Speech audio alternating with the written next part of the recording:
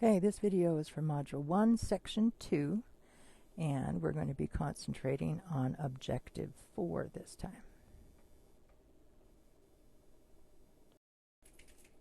Okay, here we go. There are certain rules or properties that can help us when adding numbers. Understanding the properties can help us to better perform addition calculations and to discuss or make mathematical arguments.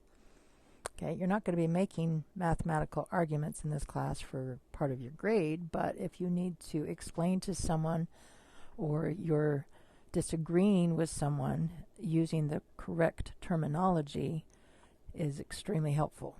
Okay, so we're going to learn the words to use. Now, I'll tell you right now, there's a mistake in this next line. I'll fix it for you here in just a sec. So observe the sum equations below. What do you notice? What do you wonder? Okay, so right here, there's a mistake, isn't there? 3 plus 0 is not 0. So let's change that to 3 because that's what it should be. There was a typo. So 3 plus 0 is 3. 0 plus 43 is 43.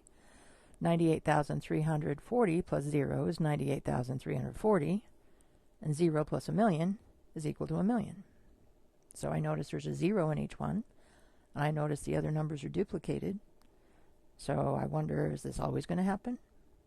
When I add 0 to a number, or add a number to 0, so notice here's 0 second, and here's 0's first.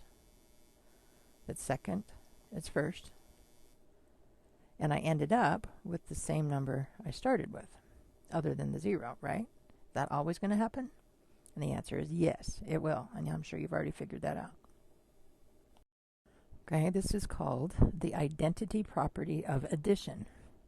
So what it says right here is the sum of any number a and 0 is the number.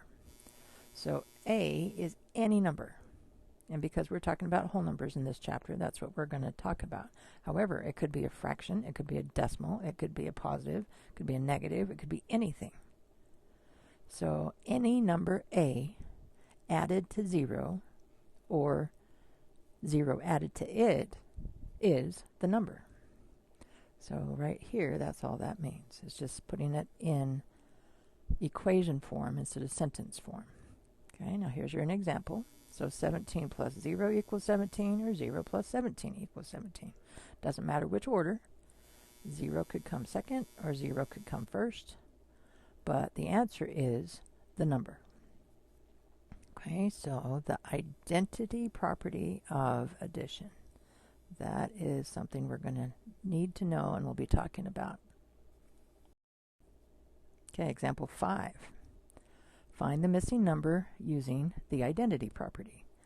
Now, they technically should have said the identity property of addition, but this objective is completely about addition, so they didn't add that into the directions. Okay, so if we add 37 to 0, or 0 to 37, depends on how you want to think about that.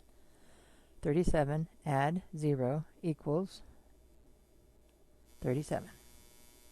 Okay. And the next one, what number add 76 is equal to 76?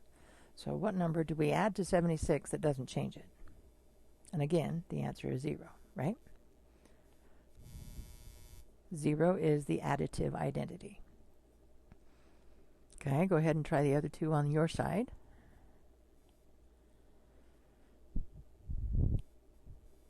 So what number is equal to 0 add 24? And it's 24.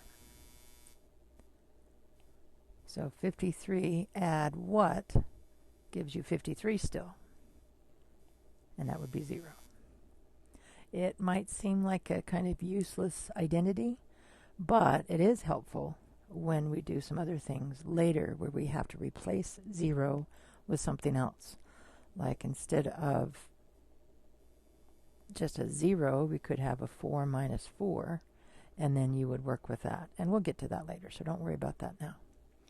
But this is the end of this objective. So we'll see you for the next video.